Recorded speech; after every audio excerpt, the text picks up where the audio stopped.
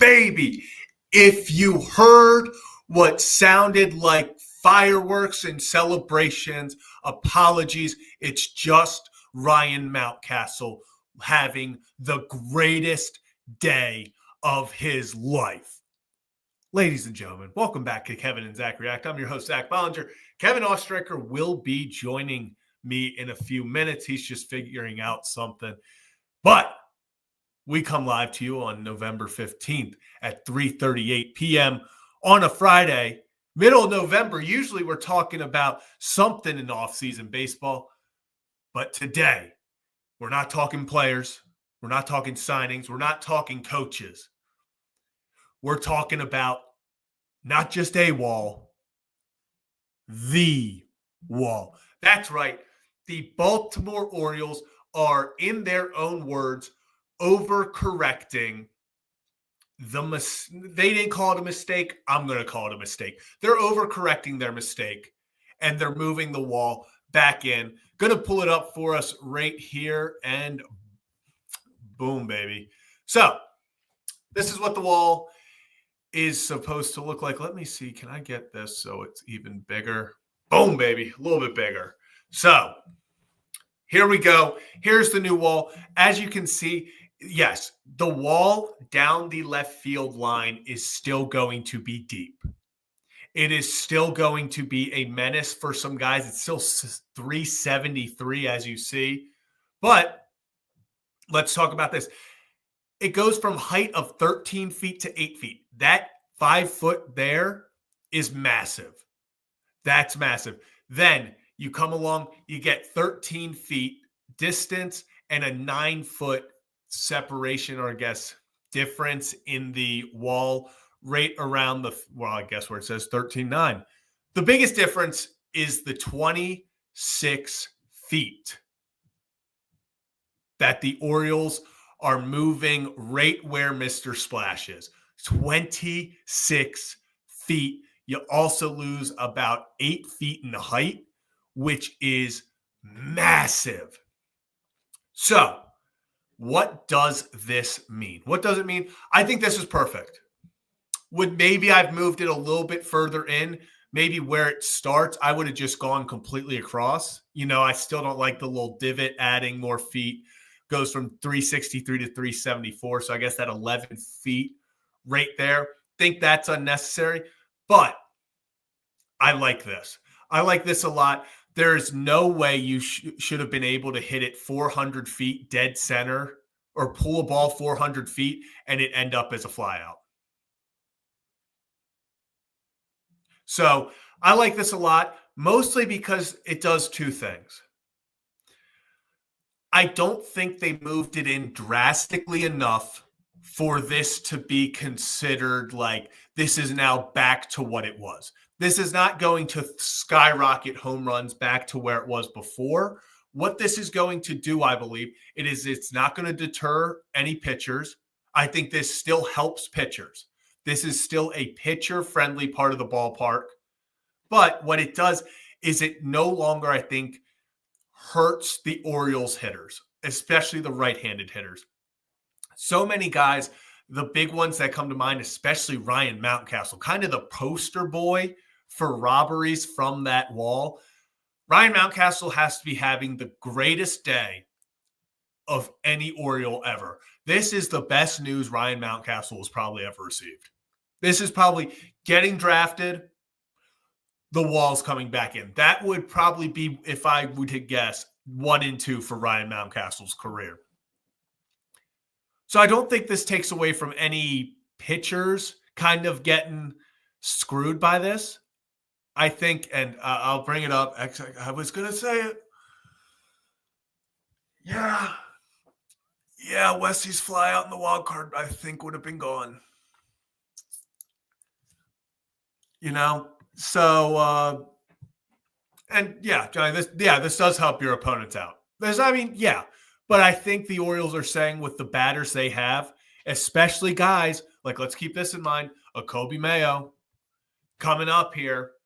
I think this is great. And as Fawn says, I completely agree. This is a happy medium. This moves the wall in to kind of, There's a mental aspect of this as well. Guys, especially right-handed hitters, the Ryan Mountcastles, the Jordan Westbergs of this team, when they were going out there and you have to you feel like everything you pull is going to be an out. If you pull it in the air, it is simply going to be an out. So that mental block as well was such a big aspect to this wall. Mentally, I think this helps guys like Mountie and Westberg.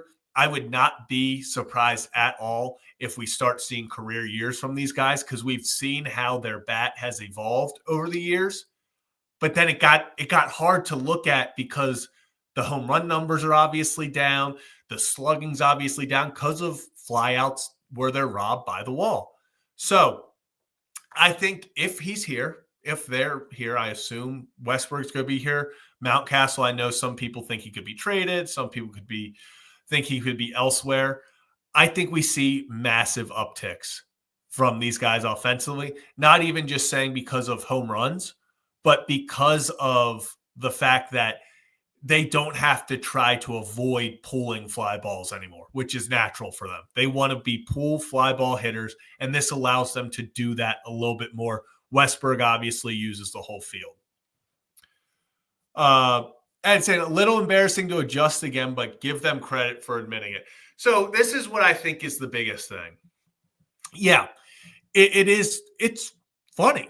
It is comical that the Orioles have to move this wall back in after all the crap. Like, I feel like from the beginning, everyone was like, moving the wall back is one thing. Moving it back this far is another. They completely changed the dimensions of the ballpark. It just threw everything off. It was an eyesore. Let's call it is. It didn't make sense. This makes a little more sense. It looks better. Like, let's just call it what it is. It looks better because of the space and everything. It looks more natural. You don't just have this random square outline 25 feet deeper than the rest of the ballpark. So I think it looks better there. The next thing is, like you said, good for them for admitting that they needed to change. This is them saying, okay, we messed up. We understand that. We're going to do better. We're going to get better. We're going to change this, because not only is it hurting on the field product, but people didn't like it. Like, people didn't like it. So I think this is good. I've seen, so yes, so they have said that there will be no seats added, at least for this year. I'm not sure if down the line that changes, but they said no seats will be added or taken away. I see. This is far more of an eyesore. The gap looks dumb as shit. I think they're going to have to eventually do something in there. I don't think it's just going to be a gap.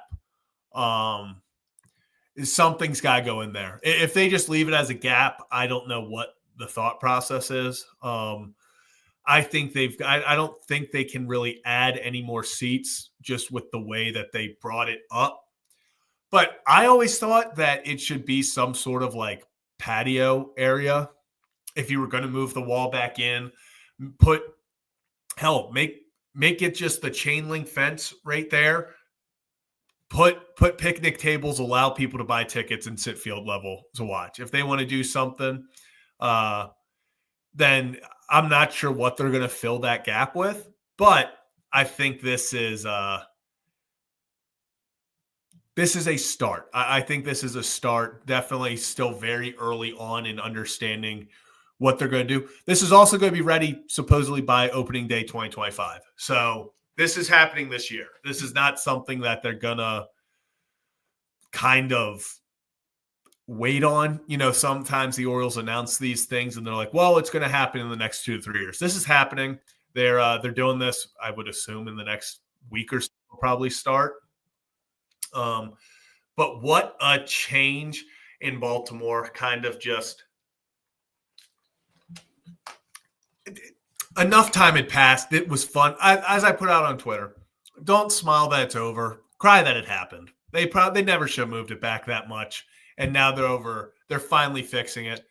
And as I talk about this, it wouldn't be Kevin and Zach React without the other half. So Kevin Ostreicher. Kevin, How are we feeling? The Walls, the Walls moved back in. I didn't think that would happen, but here we are. Man, that was a bar. What'd you say? Cry? No, don't smile because it happened. Cry because it's smile over. that it's over. Cry that it happened. That's a bar and a half, man. Yeah, I wanted to hop on. This hair's been growing for too long. I'm about to go get a haircut. It's getting a little too poofy on me, so we're about to go shave my head. No, I'm kidding. We're not going that far. But yeah, I had to hop on because this is like semi big news. Like it's that's what I didn't think the Wall. As I said to start off, I was like, we're not talking about players or coaches or roster moves. I was like, weirdly, the biggest move in baseball right now is the Orioles moving the Wall.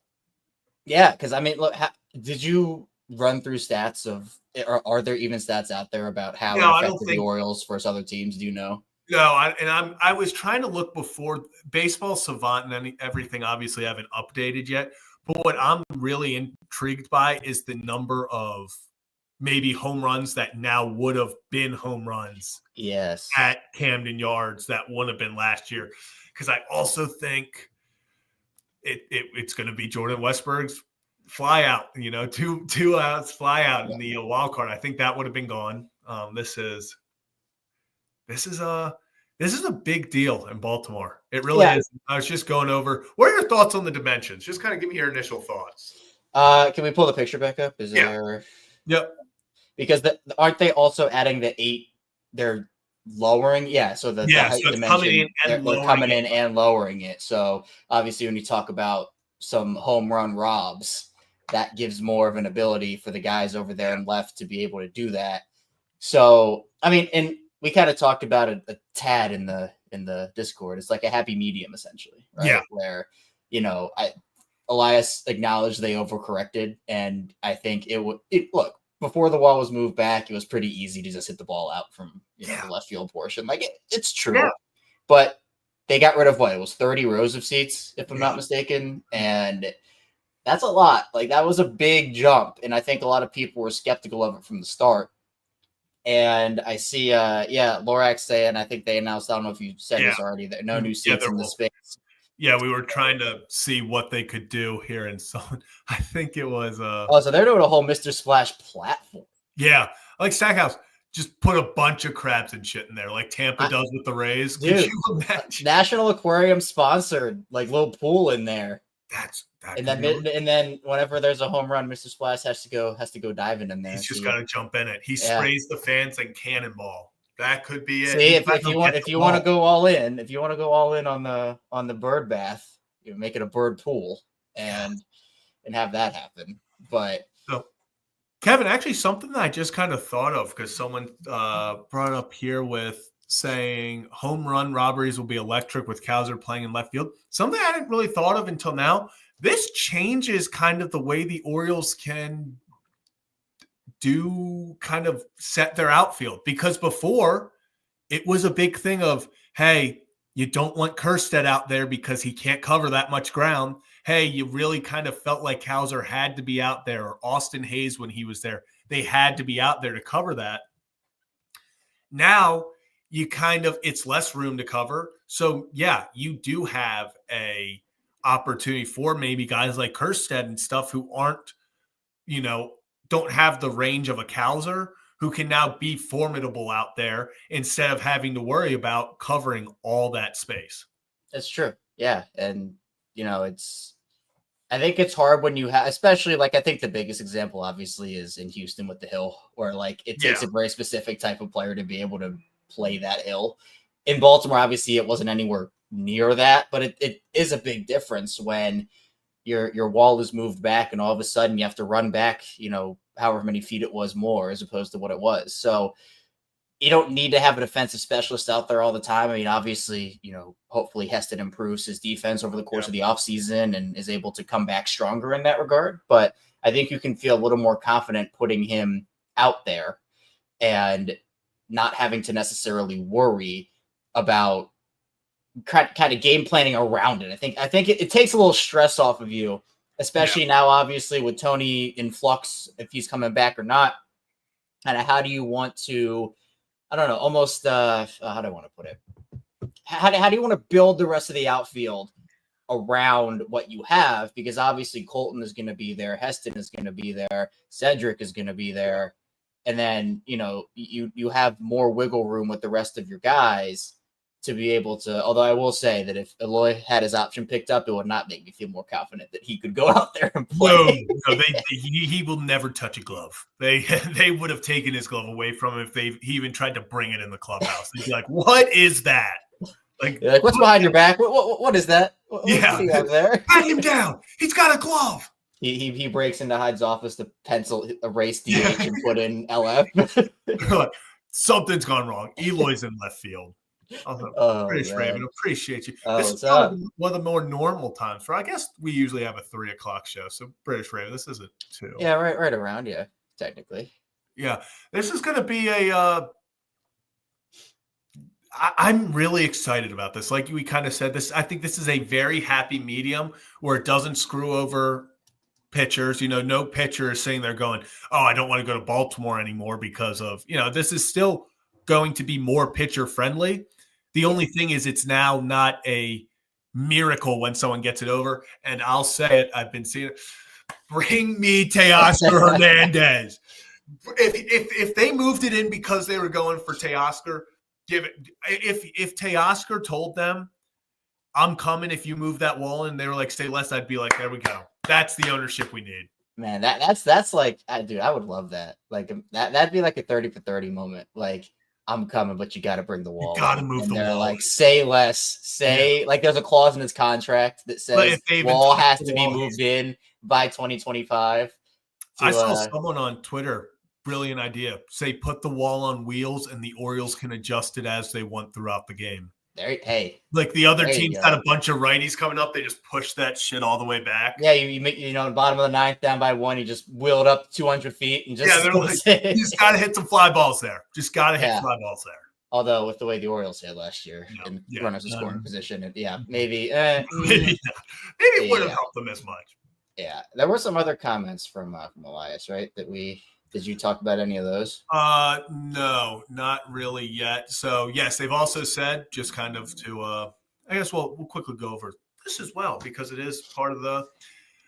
They said that they are involved and aggressively, involved in the top market pitchers. So, I would assume that's the Blake Snells, that is the Shane Biebers, Corbin Burns, obviously out there. I want Sasaki. I want Roki really bad.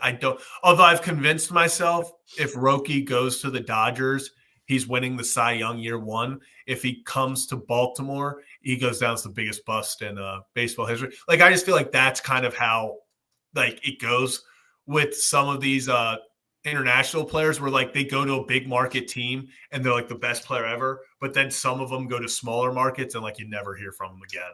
Yeah, it'd be my personal nightmare because I know apparently the Red Sox blew away Soto in whatever they had a meeting or something.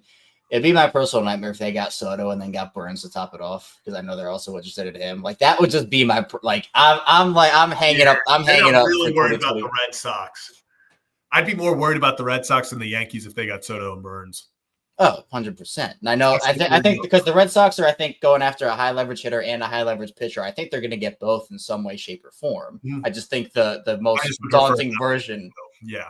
The most daunting version of that is Soto Burns. If they get Teoscar and I don't know, who's the next best pitcher on the market? Is it Well, it depends. I would say the Snell. I guess Snell and Steve. Good point. I guess Fried, also, that's who I'm thinking of. Max Fried. That's who could have been. Probably Fried. I was like, what lefty am I thinking of? Max Fried also because that's who Cade Povich models his game after. Max Fried and the Clayton Kershaw type thing. That would also help Cade Povich a crap ton. Yeah, because at this point, what percentage do you give Soto to actually go back to the Yankees at this point? I'm gonna say 50. I think it's 50. I'm gonna go 40. I don't feel very confident in it. I know. I feel as the days go on, I feel less confident he returns. Well, I think the biggest play, if it's not the Red Sox, I think the Mets are still the team to outbid for that. Yeah. I know everybody says Dodgers. I mean, they can't count the Dodgers out, but I mean, especially after what they've done over the last however many years you want to go back. I mean, if the Dodgers get Soto and if they just get like and a top flight pitcher, I'm just gonna give up. I'm just gonna say it's the Dodger tax. You just got to live with it because they can. Because remember, with Shohei's contract, they can do whatever they want because they're deferring all that money. So it's tough because, and this is a good point from Justin. A team has to kind of take the face value with the defense with Soto, where you're gonna either have to play him as your full-time DH, and if you want to put him in the outfield, you're gonna have to live with the mistakes that he makes.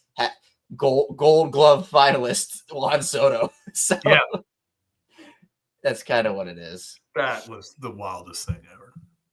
I still can't believe that.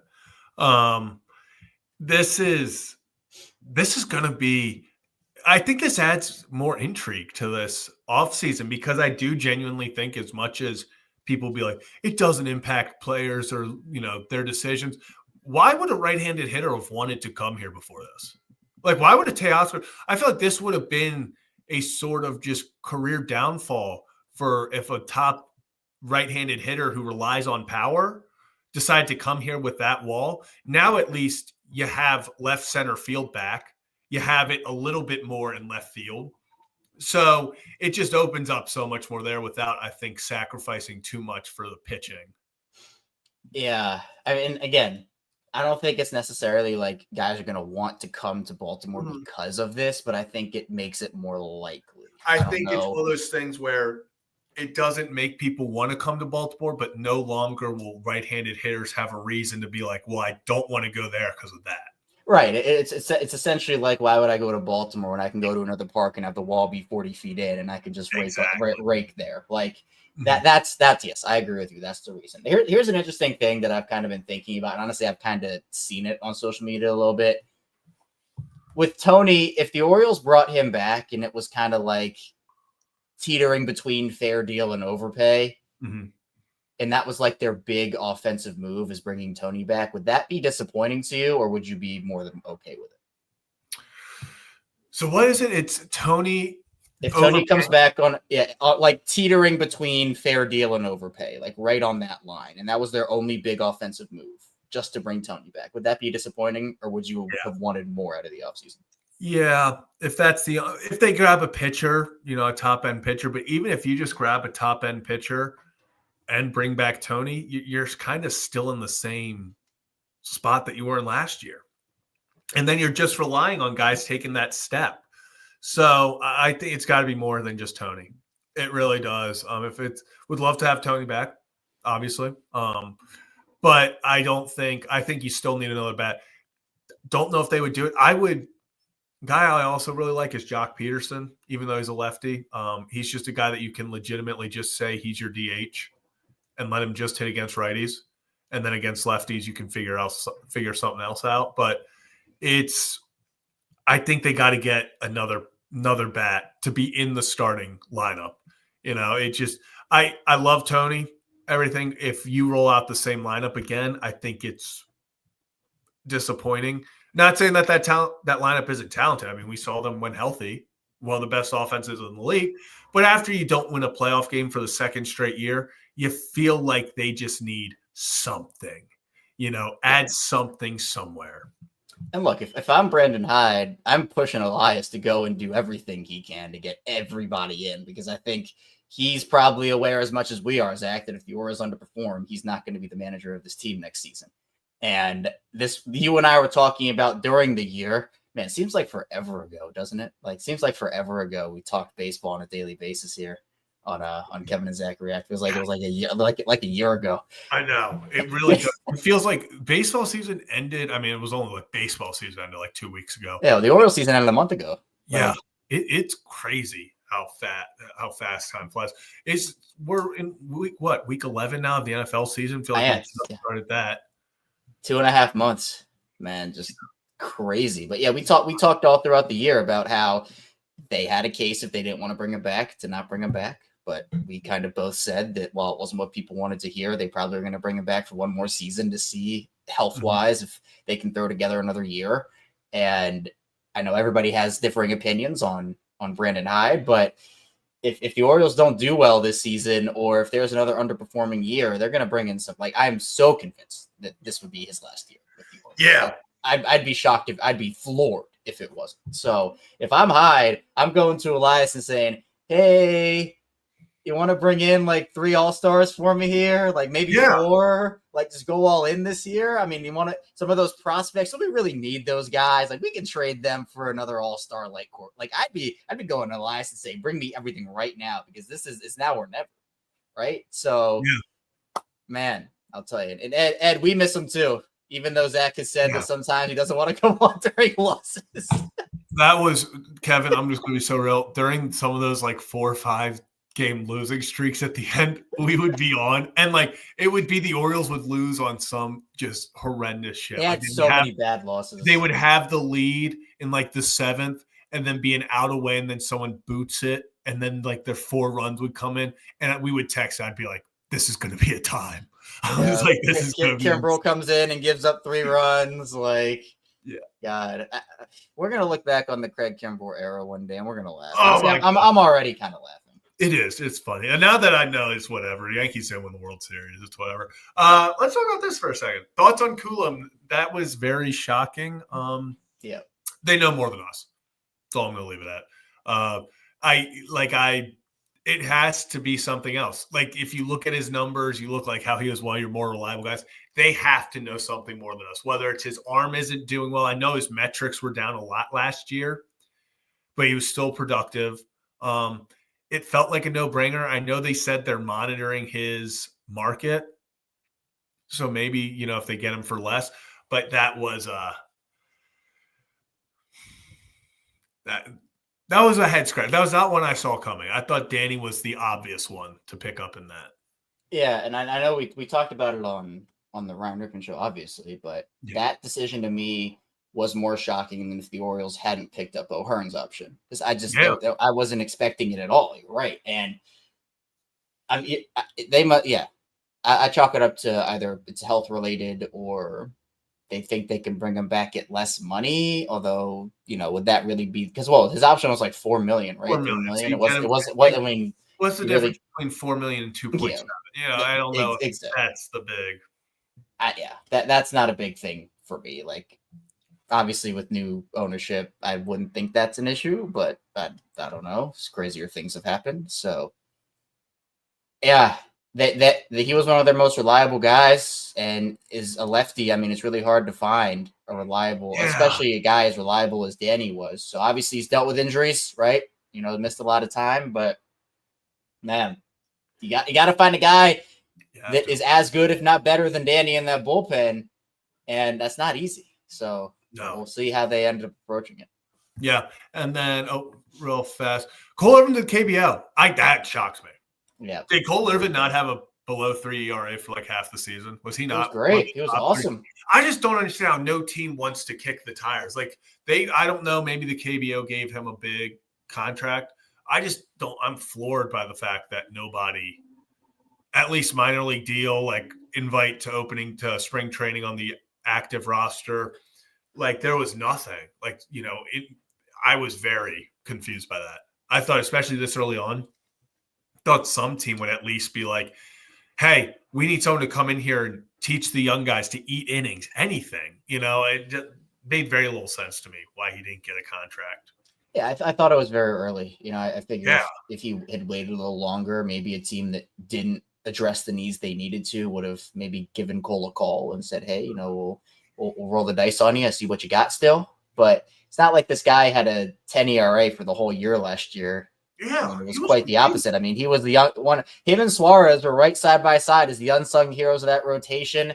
And obviously, Cole even went on the show with us and talked about it, how he knows he's a starter, and it was kind of difficult for him to move back and forth between the bullpen and the rotation. And, I'd look, as a 5th starter on a team that needs pitching, I'd be more than fine with Cole being out there. Orioles were trying to win a pennant. He was doing decently as the 5th. Yeah. I mean, maybe he's going over there to work on something, and he just wants to, like, maybe that's it. But, an Albert Suarez type, but still very weird for me to see him. and then I do just got to bring it up. I'm seeing way too many experts say the Orioles are getting Clay Holmes. It would be the funniest, unfunniest thing ever. It's just such an Orioles thing to do. I would lose I'd be so mad about it, but it'd be so funny because of course the Orioles would do that. I mean, you have to use them as the setup, or even not even setup. You'd have to. I think they're going to go right now. You're good with. You have Felix. Oh, it feels so good to say. Felix is your closer. We can finally say that. Felix is your closer. You have Yenier. You have Sir Anthony. Maybe, if you bring him in, he's got to be a guy that doesn't see anything past the seventh. I mean, it would essentially be another Kimbrel situation where you're playing a man down in the bullpen. Why would you do that? I have no idea why they would do that. Nope. I'm good. I know that notification's going to hit, and everyone's going to be like, Orioles Twitter's going to take it really well. Yeah, you think we've had some all-time shows that here will be in all-time. Mike Elias immediately after saying that they feel confident now in the bullpen. He'll make some comment about we feel good with where the bullpen is now. And then they'll just be like, no, we're not looking to add anything anymore. We got our guy, and people will lose it. I can't wait, but also I can't wait forever. Yeah. And AKA never let that happen, please. We're done with that. No more Kimbrel Holmes, especially after how much Orioles fans ripped on Holmes throughout the season. I would have to delete so many tweets. Yeah. I would have to delete so many tweets. I did the same thing when the Ravens signed OBJ. I had to go back and take away a lot of OBJ memes, especially getting pooped on memes. I had a lot of those. Yeah. Because that was my boy. There's always a signing like that every couple of years, when you have you gotta be a bunch of teams to root for. Yeah. I was like Russell Westbrook is terrible. He's washed, and now he's on the Nuggets, and he's the greatest thing ever to me now. So I did keep up my Deontay Johnson no effort on those plays thing because he's got to show me he's going to do that before I delete those ones. You got to do it here, bro. Real fast, Gregory Soto. You also add him into the mix. I think they're really high on him still. I think they would not have given up Johnson if they were not high on him. Yeah. By the way, Seth Johnson he had one start with Philly. Yeah, and had a 13 ERA. He did. I don't even think he made it out the third inning. It was rough. Yeah, no, I think it was 2 and the third. It was not good. It was a tough watch, but I think he's going to be good down the line. He'll be fine. He'll be fine. Yeah. Kevin, anything else? Kind of just impromptu. We didn't think they were moving the wall back in today. That was not on my bingo card for this Friday. I was kind of just all right, start of the week. Oh, the wall's coming back in. I was like, okay, that's interesting. Yeah. No, wouldn't have expected that. Baseball is so weird though, because imagine if the Ravens just announced we're playing on a 110-foot field this week, 110-yard field this week. We're changing the crazy. Isn't it funny how baseball? They're do whatever, dude. Whatever. Every other sport is regulation has to be this high. Baseball's just tell us where to play, dude. Just tell us where to play. Okay, you move the wall. Fine. We, like you said with Houston, they were there's a hill in the. We don't care. We don't just play ball. Just play baseball. Every other sport, regulation side to the inch. Baseball's do whatever as long as we can play. Do whatever. That'd be wild. But hey, the Orioles become more hitter friendly, and it's kind of fun doing the impromptu stuff because we don't know when baseball offseason is very different from that of NFL, NBA, NHL. It's a very long, drawn out process where anything can happen at any given time. So hopefully the Orioles make a couple big moves this offseason and we can go live again impromptu style. And even if guys leave, if Corbin goes, if Tony goes, if other guys leave, we'll obviously have to break that down too. So, man, it's obviously we're not doing as much since the Orioles season is over right now, kind of in a hibernation / recharge mode. But yeah, it'll be fun as more rumors come out and hopefully more moves start to be made in the coming during winter meetings. Hopefully winter meetings. Yeah, that'll be good. So, yeah, that's going to do it for us here at Kevin and Zach React. If you enjoy the content, hit that like and subscribe button. The Orioles moved the wall in. Yep, we're doing a live stream about a wall because it means something to this fan base. What a day. Wall's coming in. Bring that wall down, So here we are. That'll do it for this edition of Kevin and Zach React. We'll be live after the Ravens game this week. And then, if anything else happens, we'll be here. So appreciate you all. And that'll do it for this edition of Kevin and Zach React. Choo-wee-wees. Choo-wee-wees.